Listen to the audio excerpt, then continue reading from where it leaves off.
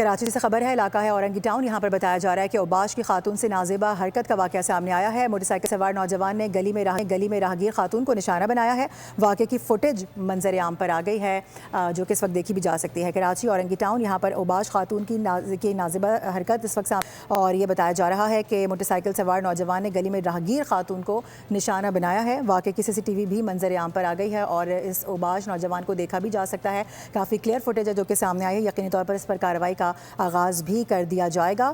Karachi Orangi town, यहाँ पर औबाश की खातून से नाजेबा हरकत सामने आई है। मोटरसाइकिल सवार नौजवान ने गली में राहगीर खातून को निशाना बनाया है।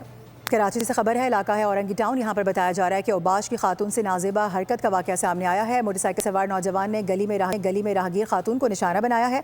वाक़े की फुटेज मंजर आम पर आ गई है, जो कि इस वक्त देखी भी जा सकती है। कराची औरंगी टाउन, यहाँ पर औबाश खातून की नाजेबा हरकत इस वक्त और ये बताया जा रहा है कि मोटरसाइकिल सवार नौजवान ने गली में राहगीर खातून को निशाना बनाया है। वाक़े की CCTV भी मंजर आम पर आ गई है और इस औबाश नौजवान को देखा भी जा सकता है। काफ़ी क्लियर फुटेज है जो कि सामने आई है। यकीनी तौर पर इस पर कार्रवाई का आगाज़ भी कर दिया जाएगा।